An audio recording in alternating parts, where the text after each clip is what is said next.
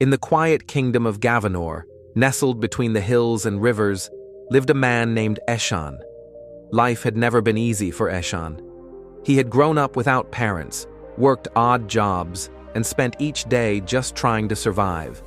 Every morning, he would rise before the sun, walk through villages and farms, knocking on doors to ask, "Do you have any work for me today?" Most days, the answer was no. Still, Eshan remained kind and hard-working.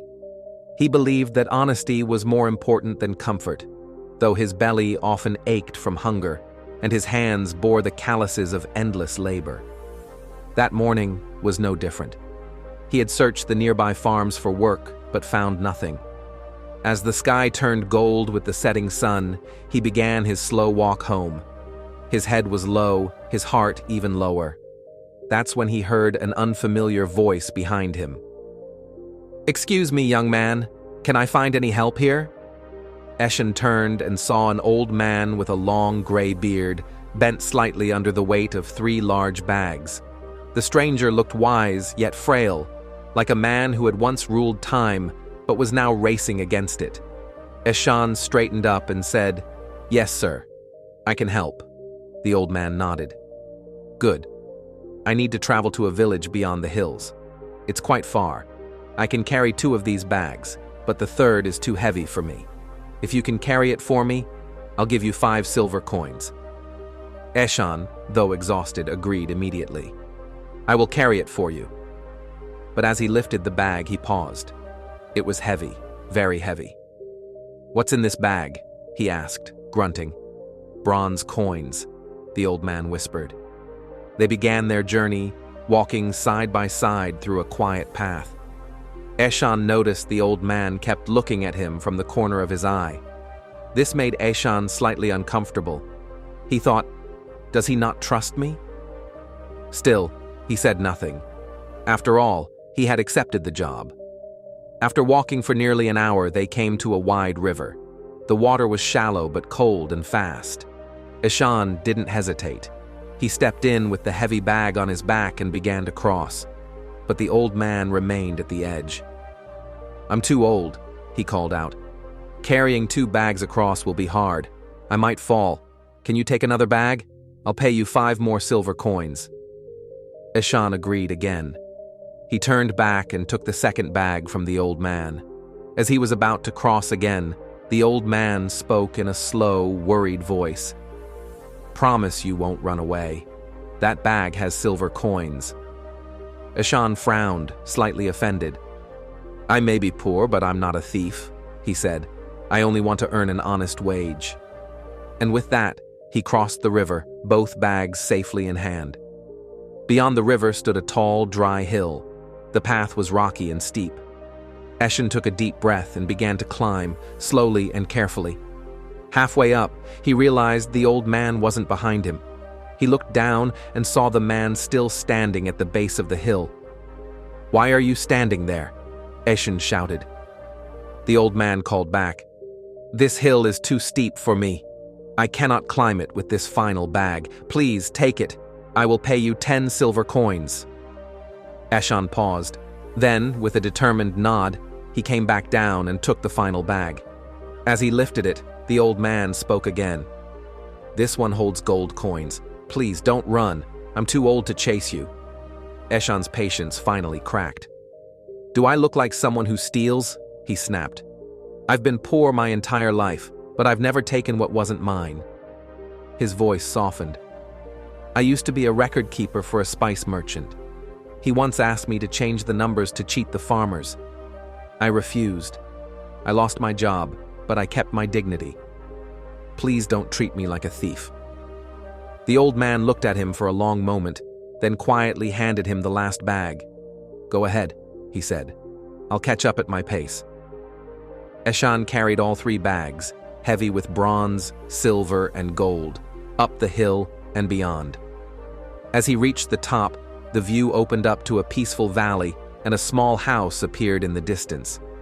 He stopped to rest and wipe the sweat from his brow. And then, for the first time, a thought crept in. What if I just keep the bags? He shook his head, trying to push the idea away. But what will that old man do with all this money? He's near the end of his life. I'm still young. I can use it to start a new life. The thoughts grew louder. I could buy land, build a house, marry someone kind and live in peace. I could finally rest. He stood there, lost in the storm of his thoughts, and then he began to run. Eshan ran all the way home. His heart pounded, not just from running, but from guilt and excitement. He threw open his door and placed the 3 bags on the floor. He opened the first. Stones. He opened the second. More stones. He opened the third. Just stones. His breath caught in his throat. In the 3rd bag, among the rocks, there was a small scroll of paper. Hands trembling, he unrolled it. My name is King Darien of Gavanor. I have no heir. I have spent years searching for a person of honesty, integrity, and patience. Someone I could trust to rule after me. If you are reading this, then you have failed the test. You let a single thought destroy your future. You were chosen, but not anymore. Eshan dropped the scroll. Silence filled the room, louder than any scream. Eshan sat in the corner of his small hut, shaking. He had lived all his life by his principles. He had endured hunger, poverty, and loneliness. But in a single moment, just a moment, he had allowed a single greedy thought to take root. And that thought had grown into action. He had been chosen to be king, and he threw it away for a future built on dishonesty. Tears filled his eyes, not for the lost gold, but for the lost version of himself, the one who would never betray his values. He whispered into the silence, I had everything, and I threw it away for nothing. The next day, Eshan returned to the path. The old man was gone. The bags were gone. The opportunity was gone. But the lesson remained. He realized something powerful. Every action begins with a thought, and every thought shapes our destiny. Had he stopped himself when the first selfish thought appeared, he could have walked into a palace instead of running home with a bag of stones. From that day forward, Eshan became a teacher of sorts. He traveled to villages and told his story, not to gain sympathy, but to warn others of the danger of unchecked thoughts. He would say, your thoughts are seeds. If you don't plant them carefully, they will grow into weeds that choke your future. People listened.